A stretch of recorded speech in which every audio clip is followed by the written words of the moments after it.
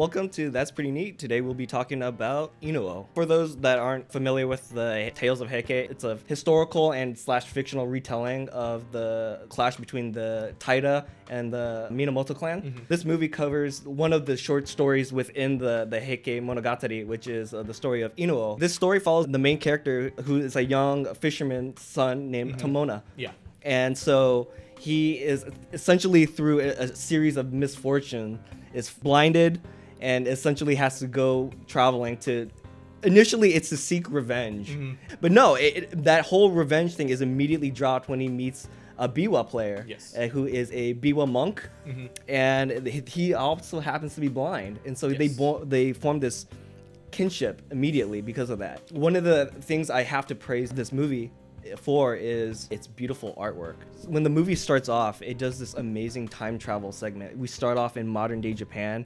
We see these cars that are beautifully drawn with it almost translucent.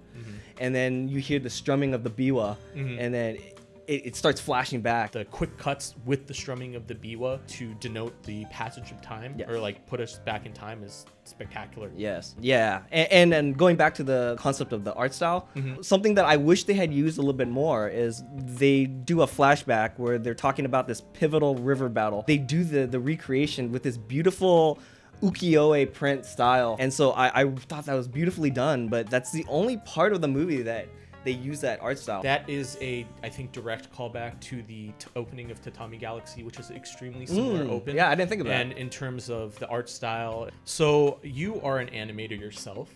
So my question about that, specifically talking about Tomona's, his ability to see as an animator, like what is the technique that you have to do to create that sort of effect, do you think? You see his point of view, the way he views the world through sound and touch. It's all done through this beautiful, almost oil paint. You see brush strokes and color. That's how he denotes objects around him. And you can even like get glimpses of his emotion and state of mind through the coloring. And so when he hears like this strumming of the biwa, you get this beautiful fluorescent pink. That's a incredibly difficult thing to do.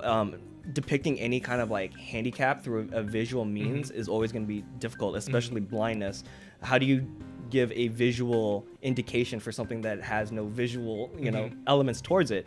And so that the use of the brushstrokes, I think, is brilliant in the way to like kind of give the sense of flowingness. He doesn't view the world as a stagnant image. It's constantly moving because of the sound. So that's one great way to do it. So artistic ways of doing that, I think, are excellent. And I have to give props to the director because it's incredibly difficult to work around that. I think that one of the most beautiful moments in the film is when it turns out that Inu-Oh's father is killing the biwa players, where it shows the string of the biwa as the body slash. I think that was... I heard you audibly gasp. Yeah. I thought that was spectacular.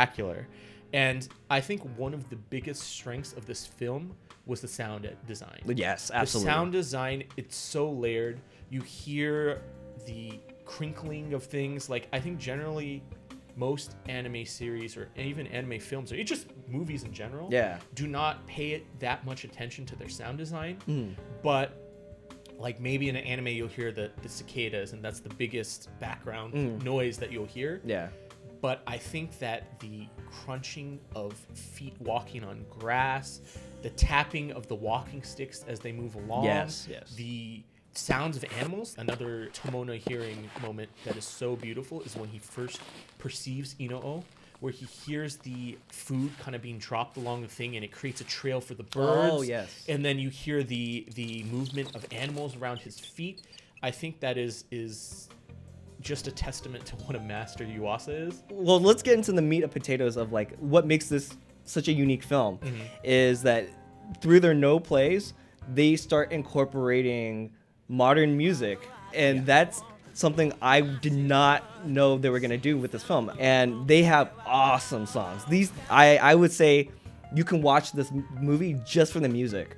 When it comes to some of the songs that they were doing, they were clearly inspired by 80s like rebel rock. One of the biggest like groups that I think most people can identify is Queen, Freddie Mercury. The Whale song has that they perform sounds almost exactly like We Will Rock You. But even with Tomona's music is very reminiscent of like Guns N' Roses, AC/DC. It's like rebellion style, and it even shows the way he dressed. They say he dresses like a prostitute. Yeah.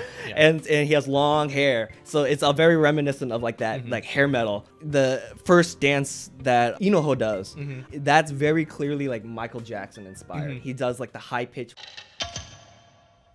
And he's got the fluid movements that Michael Jackson was known for. So I love seeing this mix mash, this homage to classic American and European music mixed with traditional Japanese music. Yeah, I mean, I think that the utilization of those styles of music in this film really go towards the theme of the film in general, and that it really demonstrates political turmoil of this era, in that Inu-Oh and Tomona directly represent a threat to the shogunate solely because of their diversive or unorthodox style, right? It's a complete rejection of something that would be more traditional in that time period. Which I think is why this movie can resonate so well. That theme of rebellion and owning one's art, having passion of your own creation. One of the things that I thought really made this film spectacular in my eyes was the editing. Not only was the musical cues with the Biwa priest getting cut down gorgeous, it is how it cuts, how you cut all those scenes together. Yes. I think the biggest one to me is when Inu-Oh agrees to throw out Tomono to dry, and he agrees with the shogun to essentially say, yeah, I agree, just get rid of him. It's fine. Yeah. It cuts to a cherry blossom tree. Cherry blossom trees are tied to change, right? It also has a second meaning, which is short-lived beauty. Yeah. The fleetingness of it's very Buddhist. Yeah. It could point to the fleetingness of their relationship in some ways, but I thought that the editing of this one was so spectacular. I was like, oh my gosh, the work of an absolute master of his craft. Yeah. And it was great. I would say you don't need to know anything about the Heike Monogatari to like this film. You don't need to know anything about Japanese history. I say it's going in just to experience the visual storytelling, the music. That's enough to be entertaining by itself.